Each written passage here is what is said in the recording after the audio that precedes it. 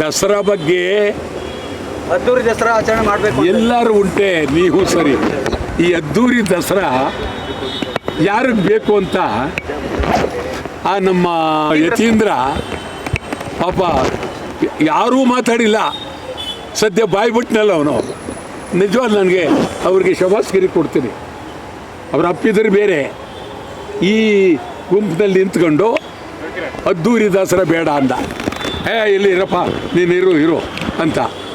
ಅದ್ದೂರಿ ದಸರಾ ಬೇಕಾಗಿಲ್ಲ. ದೇವರು ನೋಡೋದಕ್ಕೆ 2,000 3,000 ಟಿಕೆಟು ಬೇಕಾಗಿಲ್ಲ. ಕಂಬಳ ಬೇಕೇ ಆಗಿಲ್ಲ. ನೀವು ಕಂಬಳ ನಾನೇನು ವಿರೋಧ ಮಾಡ್ತಾ ಇಲ್ಲ. ಮೈಸೂರಿನಲ್ಲಿ ಕಂಬಳ ಬೇಡ, ಮೈಸೂರಿನಲ್ಲಿ ಕಂಬಳ ಬೇಡ. ಕಂಬಳ ಮಂಗಳೂರಿನಲ್ಲೇ ನಡೆಸ್ಕೊಡಿ, ಅಲ್ಲಿ ಅದ್ದೂರಿಯಾಗಿ ಮಾಡಿ, ನಮ್ಮದೇನು ಅದೇನಿಲ್ಲ. ಆದರೆ ಕಂಬಳ ಮಾಡಿ. ಮತ್ತು ಈ ದಸರಾ ವಿ ಐ ಪಿಗಳಿಗೆ ಅವರುಗಳಿಗೆ ಮಾಡಬೇಕು. ಮುಖ್ಯಮಂತ್ರಿ ಮೆರವಣಿಗೆ ಆಗಬೇಕು. ಈ ರೀತಿಯಾದಂಥ ಭಾವನೆಗಳು ಬಂದಿದೆ. ಇದು ಒಳ್ಳೆಯದಲ್ಲ. ಸಾಮಾನ್ಯ ಜನ ಮಳೆನೇ ಇಲ್ಲ, ಕೊರಗ್ತಾ ಇದ್ದಾರೆ. ಬೆಳೆ ಇಲ್ಲ, ಕೊರಗ್ತಾ ಇದ್ದಾರೆ. ಬೆಳೆ ಸಾಲ ಕಟ್ಟಕ್ಕಾಗ್ತಾ ಇಲ್ಲ, ಕೊರಗ್ತಾ ಇದ್ದಾರೆ.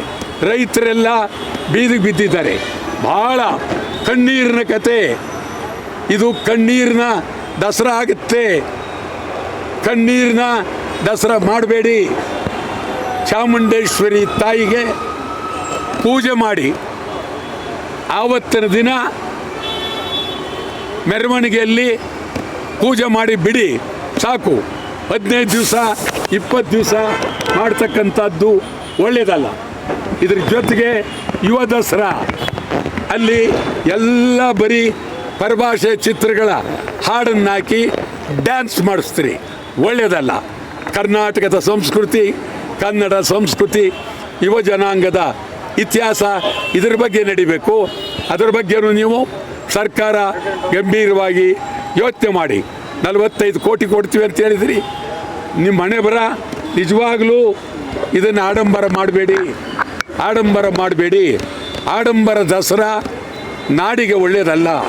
ಆಡಂಬರ ದಸರಾ ನಾಡಿಗೆ ಖಂಡಿತ ಒಳ್ಳೆಯದಲ್ಲ.